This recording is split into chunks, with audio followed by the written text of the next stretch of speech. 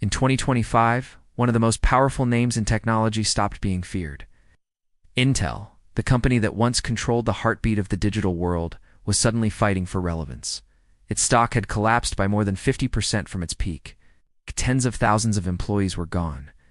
And while the world was drowning in an AI gold rush, Intel was standing on the sidelines, watching others get rich. Hey, this was not a startup failure. This was not a bad quarter. This was the slow implosion of a trillion-dollar legacy, finally exposed. For decades, Intel didn't just make chips. It decided who won, who lost, and what the future looked like. Then, almost quietly, that power disappeared. No dramatic bankruptcy, no single fatal mistake, just a series of decisions that seemed reasonable at the time, till they shattered an empire that once defined Silicon Valley itself. This is the story of how the most dominant chip maker on Earth lost the future, and how a corporate giant collapsed without ever realizing it was already too late. Before the collapse, before the doubt, before the headlines turned hostile, Intel was not just a technology company. It was the foundation of modern computing. Founded in 1968 in California, Intel didn't merely participate in the digital revolution, it engineered it. When the personal computer era was born, Intel's processors became its nervous system. Every beep at startup, every spreadsheet opened, every email sent, all of it ran on Intel Silicon. By the 1990s, Intel was unstoppable. The launch of the Pentium processor turned raw engineering into cultural dominance.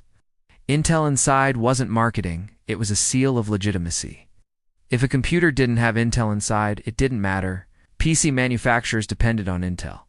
Software companies optimized for Intel. Entire industries waited for Intel's roadmap before making decisions. At its peak, Intel controlled more than 80% of the global CPU market. Its profit margins were the envy of Silicon Valley. Its fabs were the most advanced on Earth, and its engineers were treated like elite scientists, not employees. Intel didn't chase trends. Trends followed Intel. While competitors struggled to survive, Intel dictated the pace of innovation. Tick, then talk. Every 2 years, faster, smaller, more powerful. Moore's Law wasn't a theory inside Intel. It was a promise. By the early 2000s, Intel had become more than a company. It was an institution, a gatekeeper. A quiet empire whose power was so absolute it no longer needed to prove itself.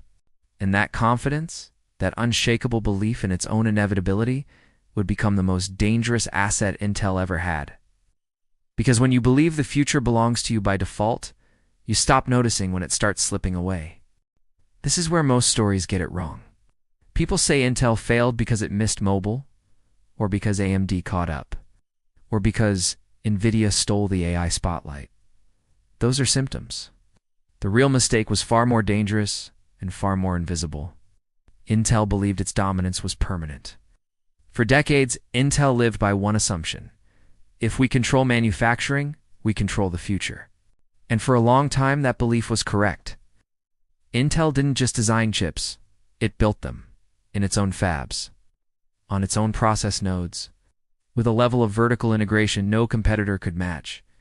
That model created arrogance disguised as confidence, and the industry began shifting toward mobile, toward ARM, toward outsourced manufacturing. Intel didn't panic. It dismissed the change. Smartphones? Too low margin. Outsourced fabs? A weakness, not a strategy.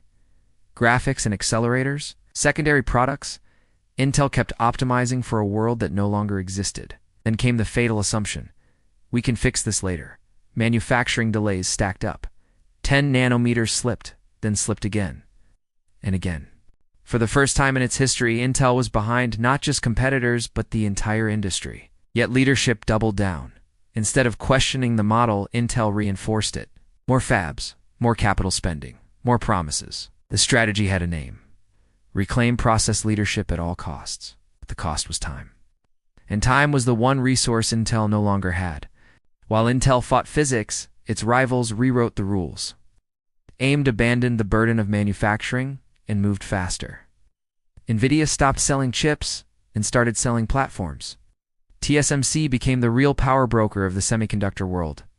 Intel, meanwhile, was trapped, too big to pivot, too proud to retreat, and too slow to catch up. This wasn't one bad decision. It was a belief system. A belief that yesterday's dominance guaranteed tomorrow's relevance. Then by the time Intel realized the future no longer needed its factories, the damage was already irreversible.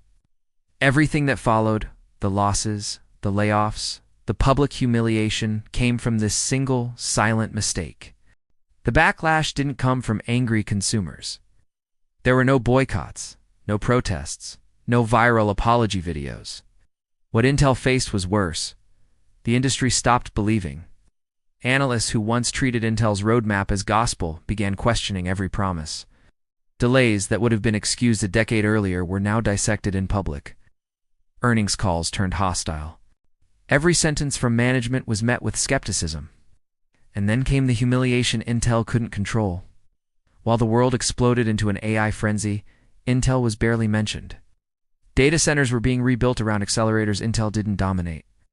Developers talked about CUDA, not x86. Investors chased companies riding the AI wave, and Intel wasn't one of them. The narrative flipped almost overnight. Intel wasn't the company shaping the future anymore. It was the company trying to catch it. Tech media began asking uncomfortable questions. Why does Intel spend more than anyone, yet innovate slower? Why do rivals move faster with fewer resources? Why does every turnaround plan sound like the last one? Inside the industry, the shift was brutal. Partners quietly diversified away.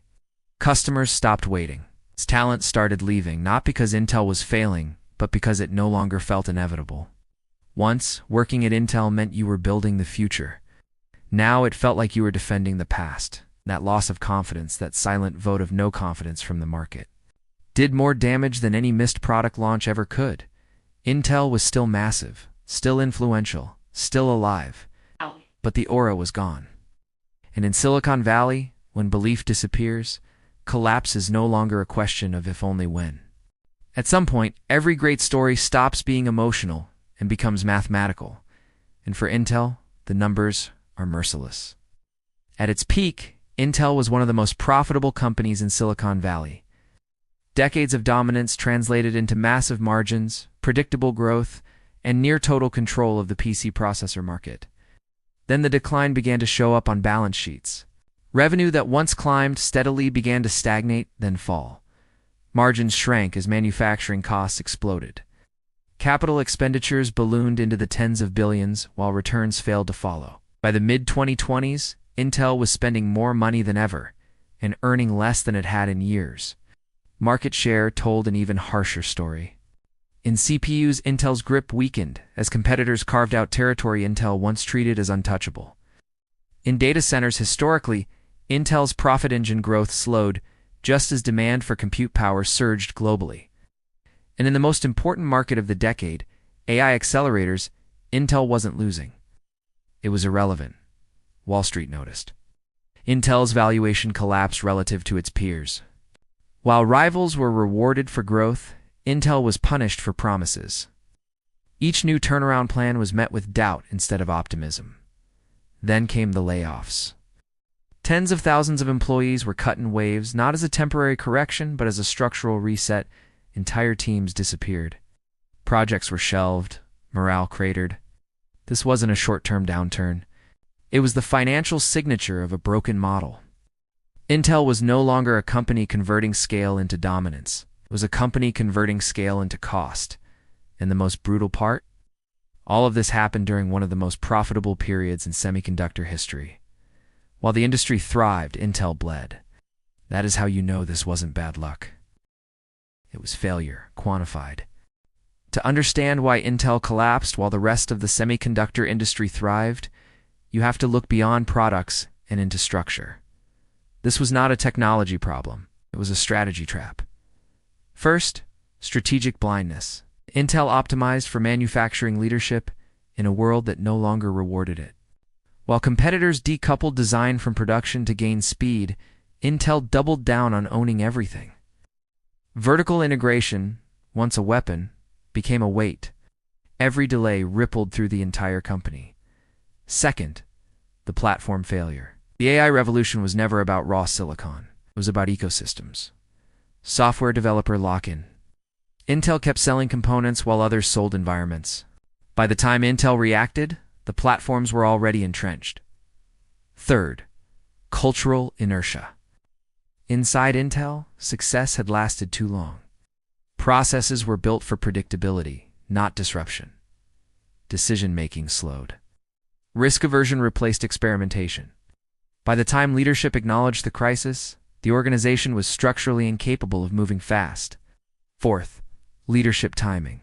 Intel's turnaround efforts addressed real problems, but years too late.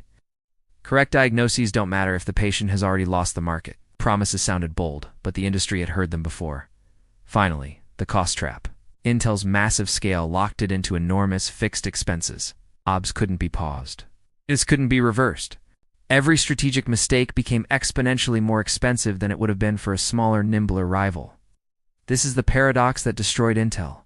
The very qualities that built the empire's scale, control, discipline, became the reasons it couldn't survive the next era. Intel didn't fail because it was weak. It failed because it was too powerful to change in time. When a company this large starts to fail, the damage never stays on spreadsheets. It moves upstairs. Inside Intel, the pressure became unbearable. Board meetings turned tense. Earnings calls sounded defensive. Every delay, every missed target, every revised forecast tightened the circle around leadership. The promises were ambitious. Turnarounds always are. Reclaim process leadership. Rebuild manufacturing dominance. Transform Intel into a world-class foundry. But the market stopped listening. As losses mounted, cost-cutting replaced confidence. Mass layoffs followed, not quietly, but in waves large enough to shake the entire organization. Veteran engineers left. Entire teams were dissolved. Decades of institutional knowledge walked out the door. Internally, morale collapsed faster than revenue. Engineers who once believed they were shaping the future now felt trapped inside endless restructuring plans. Managers stopped taking risks. Innovation slowed even further, exactly when speed mattered most, and leadership had nowhere to hide. No single executive could be blamed. No single decision could be reversed. The failure was collective, systemic, and irreversible in the short term. This is the cruel reality of corporate disasters. By the time leaders admit the scale of the problem, their power is already gone. Not through firings, not through scandals, but through the quiet loss of credibility inside the company and outside it. Intel still had leaders, but leadership, in the strategic sense, had already slipped away. There is a reason Intel feels so unsettling as a story, because this wasn't a reckless startup. This wasn't fraud. This wasn't incompetence. This was a great company doing reasonable things and still losing everything that mattered. The first lesson is brutal. Past dominance does not translate into future relevance. Intel believed leadership was something you could defend. The market proved it is something you must continuously re-earn. The second lesson is about focus. Intel tried to win the next era using tools from the previous one. Manufacturing excellence built the PC age. But the AI age rewards ecosystems, software, gravity, and speed. Intel optimized what it was good at instead of what the future demanded. The third lesson is cultural, and it is the most dangerous. When success lasts long enough, it rewires decision-making. Risk feels unnecessary. Disruption feels optional. By the time urgency becomes obvious, the organization is no longer built to respond to it. And finally, the hardest truth of all. Scale magnifies mistakes. Every delay costs more. Every wrong bet becomes harder to reverse. Every strategic error compounds not linearly, but exponentially. Intel didn't betray its customers, didn't insult its market. It simply misunderstood the moment it was living in. And in technology, misunderstanding the moment is fatal, because the future does not wait for legacy. The story of Intel is not over. But it is no longer the story Intel wanted to tell. This is what makes this collapse so uncomfortable to watch. There was no villain, no scandal, no single moment where everything snapped. Just a world that moved faster than a giant could turn. Intel may survive, may even recover. But it will never again be the company that decides the future by default. And that should worry every dominant business watching this story unfold. Because if the architect of the digital age can lose its place in history, no empire is safe. Now, I want to hear from you. Do you think Intel still has a real path back to leadership, or has the industry already moved on for good? If you want more deep dives into the rise and fall of corporate giants, subscribe to Empire Saga, and tell us in the comments, which empire should we dissect next?